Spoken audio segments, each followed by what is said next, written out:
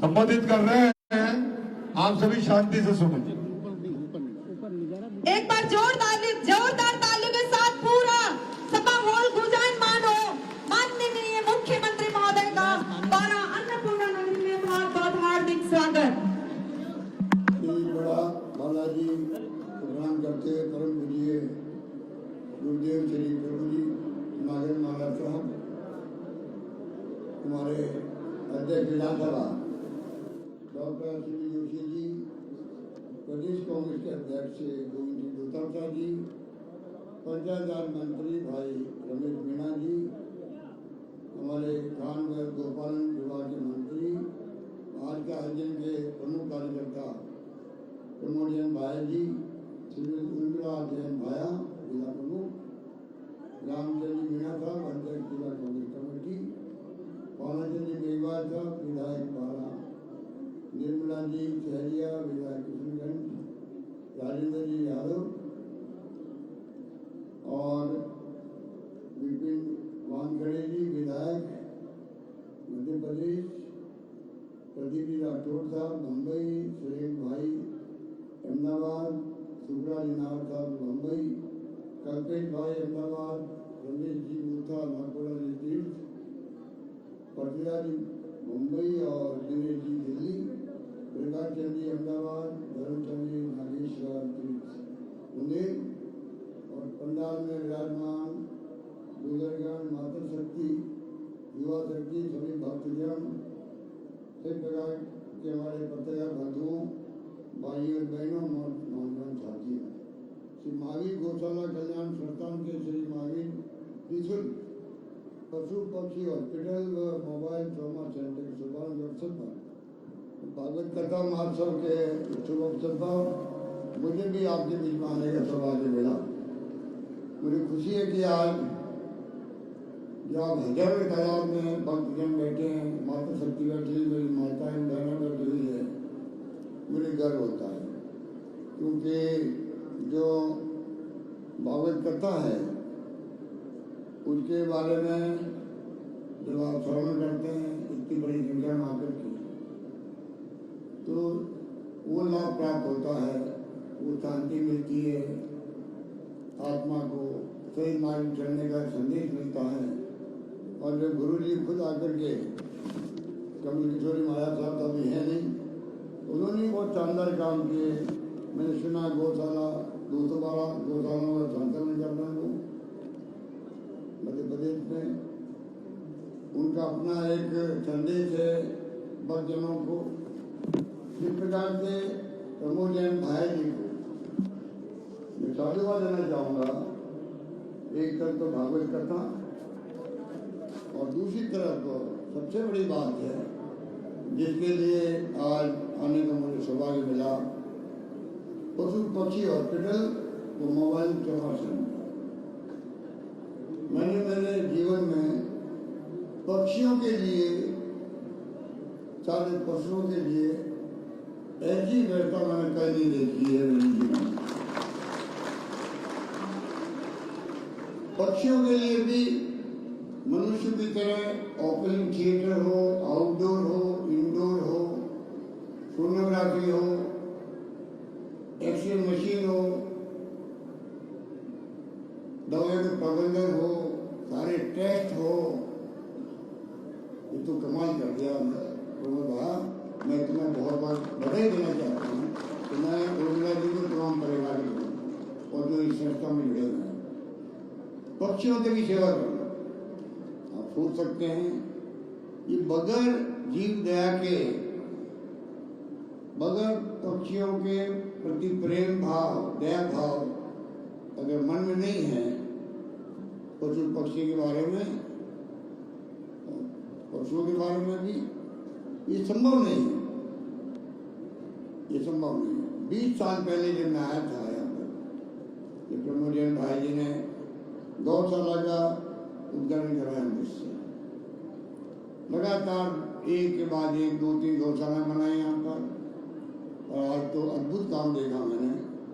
हालांकि मैं 2-3 महीने पहले आया था, जगह देख के गया था, तब मुझे अंदाज लग गया था कि ये काम आने वाले वक्त में वो विस्तार लेगा, पूरा कैंपल बनेगा पक्षियों के लिए भी और पशुओं के लिए भी, शायद उसके बारे में सोचता भी नहीं होगा। इसमें तमाम माताओं को, बहनों को और भाइयों को, बुजुर्गों को नमन करता हूँ कि आप बहुत यहाँ आकर के आप हमेशा जो भागवत कथा सुनते हैं, गायों की सेवा के प्रति आपके दिल में नया भाव है। गाय मातम कहते हैं। मुझे भी गर्व होता कहते हुए कि जब मैं दूसरी बार आपके आशीर्वाद से मुख्यमंत्री बना था तब हिंदुस्तान में पहली बार मैंने गायों का निदेशालय बनाया, फिर सरकार ने बना दिया, विभाग बना दिया। आज राजस्थान वो राज्य है जहाँ गायों का अलग विभाग बना हुआ है, उसके मंत्री प्रमोद जैन भाया को बनाया हुआ। इतना मानोगे, इतना मानेंगे, कम से कम मेरी पहचान जो है, मेरी पहचान गौ सेवा का विभाग किसको देना चाहिए, इतना मानोगे ना कि मैंने सही व्यक्ति को ये गौशाला विभाग दिया है। कुछ अंदाज लगा लीजिए, उसी ढंग से काम करना। 1,40,00,000 या 56,00,000 नंदीशालाओं के लिए, 1 करोड़ के लगभग गौशालाओं के लिए पंचायत बनाना, ग्राम पंचायत बनाना। और मैं अपील करना चाहूँगा कि हमने वैसे प्रमोद जैन भाई सब बातें बोल चुके हैं, मुख्य वक्ता के रूप में तो सब बातें बोल चुके हो, अब हमें ज़्यादा बोलने की जरूरत नहीं है। आप तो जो बातें वो बोले हैं उनको याद रख लोगे तो हमारा काम चल जाएगा। हमें तो खाली इतना ही कहना है कि ये पीछे बढ़ जाते हैं, कैसे नंदीशालाएँ बने, कैसे अधिक से अधिक गौशालाएँ बने, अनुदान उनको मिले, वो कमी नहीं रख रहे हैं। इस बार 1,000 करोड़ रुपये मैंने रखा है, बजट के अंदर रखा है, उससे अधिक खर्च होगा। और साथ में जो हमने अभी लंपी रोग में जो गाय मर गई थी, आपने सुना होगा, मेरी ख्याल हमने भारत सरकार को रिक्वेस्ट करी थी, आप कोरोना की तरह ही लंपी रोगों को भी घोषित करें राष्ट्रीय आपदा, और उन्होंने किया नहीं, क्योंकि उसके करने से हमें लाभ मिल जाता, ऑटोमेटिकली गौपालकों को इमदाद मिल जाती। जब नहीं किया तो मैंने बजट के अंदर जो गौ माता का देहांत हो गया, मृत्यु हो गई है, उनको प्रति गाय जो मृत्यु हुई है उनको 40,000 रुपये देने का मैंने घोषणा की। और जो आपको जाके खुशी होगी, इसके अलावा तमाम दुधारू पशुओं का भी मैंने बीमा कर दिया, बीमा करवा दिया। और प्रति परिवार में 2 पशु जो है दुधारू, उनका भी 40,000 का बीमा कर दिया, जिससे कि अगर कोई कारण से मृत्यु हो जाती है गाय की, उस परिवार को सम्मान मिल जाएगा 80,000 रुपये तक। इस प्रकार से मैं समझता हूँ कि गौ माता, गौशाला के प्रबंधक जो हैं, गौ भक्त हैं, इस मौके पर, ये मौका बहुत सुकून का मौका है। ये मौका कमल किशोर नागर महाराज साहब तो नहीं हैं, और उनके पुत्र जो है यहाँ पधारे हैं। मैं समझता हूँ कि ये मौका है हम सब के लिए कि किस प्रकार से पूज्य गुरुदेव श्री प्रभु जी नागर साहब को हम लोग सब सुनेंगे। और हमारे अध्यक्ष जी ने ठीक कहा कि उनके और भक्तों के बीच में ज़्यादा खड़ा होना उपयुक्त नहीं। इसलिए मैं खाली इतना ही कहना चाहूँगा, आने वाले वक्त के अंदर भी आप निश्चित रहें, जो हमने बजट पेश किया है और एक के बाद ये जो घोषणा करी है, आपको जाने में गर्व होना चाहिए प्रदेशवासियों को भी। एक तरफ तो मैंने कहा कि सरकार ने जब से देना शुरू किया इमदाद गौशालाओं को 9 महीने का, 12 महीने का, और जो प्रमोजन भाई की सपना है, इच्छा है कि हर पंचायत में गौशाला खुल जाए, मंदशाला खुल जाए, आवारा पशुओं की समस्या खत्म हो जाए, उस ढंग के लोगों को आगे आना चाहिए। और सरकार ने जब से इमदाद देनी प्रारंभ किया उसको स्वागत तो सबने किया, पर आगे आने में अभी और लोगों की जरूरत है, ये मैं कहना चाहूँगा। तब जाकर के जिस प्रकार हमारे मंत्री जी चाहते हैं उसी ढंग का जाल पूरे प्रदेश में बिक पाएगा और गौवंश की रक्षा हो पाएगा। हमने जो घोषणा की है बजट के अंदर, पूरी चर्चा पूरे देश में हो रही है और आपको और पूरे प्रदेशवासियों को गर्व होना चाहिए कि हिंदुस्तान में कहीं पे भी 5 लाख का बीमा है, वो भी 20% लोगों के लिए है। हमने पूरे प्रदेशवासियों के लिए पहले मैंने 10 लाख का बीमा किया था, अब 25 लाख का बीमा कर दिया पूरे प्रदेशवासियों के लिए। प्रदेश में कोई भी गांव में, ढाणी में, गरीब हो अमीर हो कोई हो, बंदिश किसी के नहीं दी। पूरे प्रदेशवासियों के लिए 25 लाख तक का इलाज सरकार करवा रही है।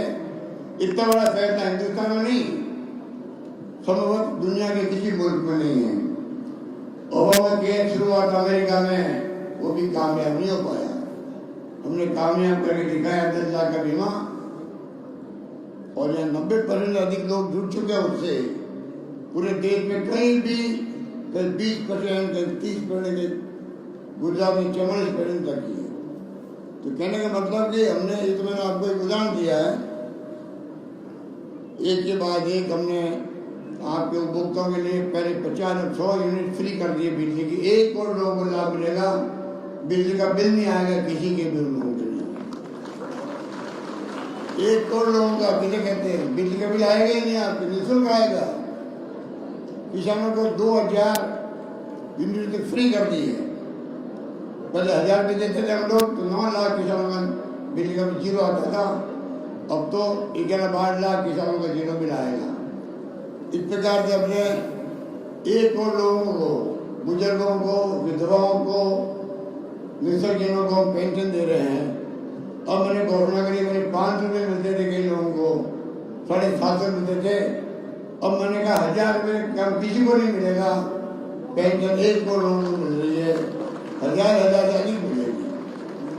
इस प्रकार से हम लोगों ने जो फैसले किए हैं उसकी पूरी देश में चर्चा हो रही है। और तो उज्ज्वला योजना, प्राइम मिनिस्टर मोदी जी ने खूब प्रचार किया उसका।